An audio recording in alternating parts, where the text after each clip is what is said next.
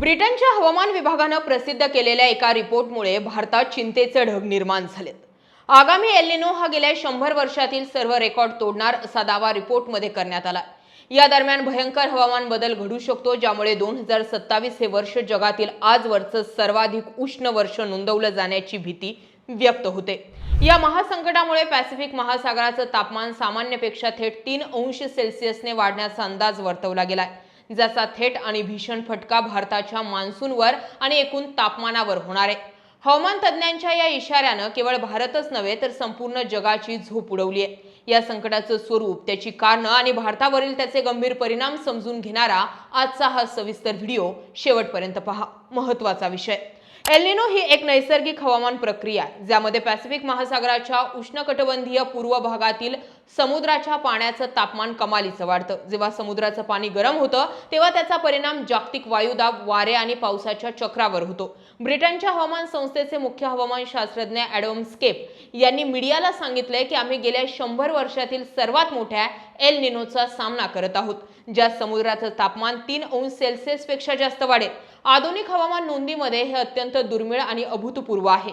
सामान्यतः 2 अंशांची वाढ ही प्रचंड मानली जाते, तिथे आता तब्बल 3 अंशांची वाढ जागतिक हवामानाची घडी विस्कटून टाकण्याची भीती त्यांनी वर्तवली आहे। ब्रिटनच्या राष्ट्रीय हवामान विभागाच्या या अहवालाला युरोपियन युनियनच्या कॉपर्निकस क्लायमेट चेंज सर्व्हिस आणि अमेरिकेच्या नोवा या नामांकित संस्थांच्या डेटानंही दुजोरा दिलाय।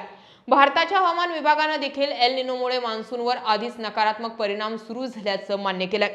शास्त्रज्ञांच्या मते एल निनोचा सर्वाधिक प्रभाव तो निर्माण झाल्यानंतरच्या पुढील वर्षी जाणवतो। यामुळे 2027 हे वर्ष सर्व विक्रम मोडून पृथ्वीवरील सर्वात उष्ण वर्ष ठरणार आहे। भारतात यामुळे उन्हाळ्यामध्ये उष्णतेच्या भीषण लाटा येतील। यामुळे सामान्य तापमानात थेट वाढ होऊन याचा परिणाम सजीव सृष्टीवर होणार आहे। भारतासाठी सर्वात चिंतेची बाब म्हणजे मान्सूनचा पाऊस। एल निनोच्या प्रभावामुळे भारताकडे येणारे मान्सूनचे वारे कमकुवत होतात।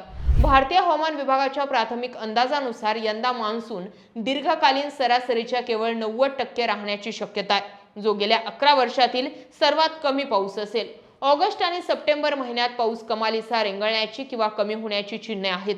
यामुळे देशातील अनेक राज्यांमध्ये कोरड्या दुष्काळाची परिस्थिती निर्माण होऊ शकते। भारत हा प्रामुख्याने शेतीप्रधान देश असल्यानं या संकटाचा दुहेरी फटका भारताला बसण्याची शक्यता आहे। पावसाअभावी खरीप आणि रब्बी या दोन्ही हंगामातील पिकांचं मोठं नुकसान होण्याची भीती आहे।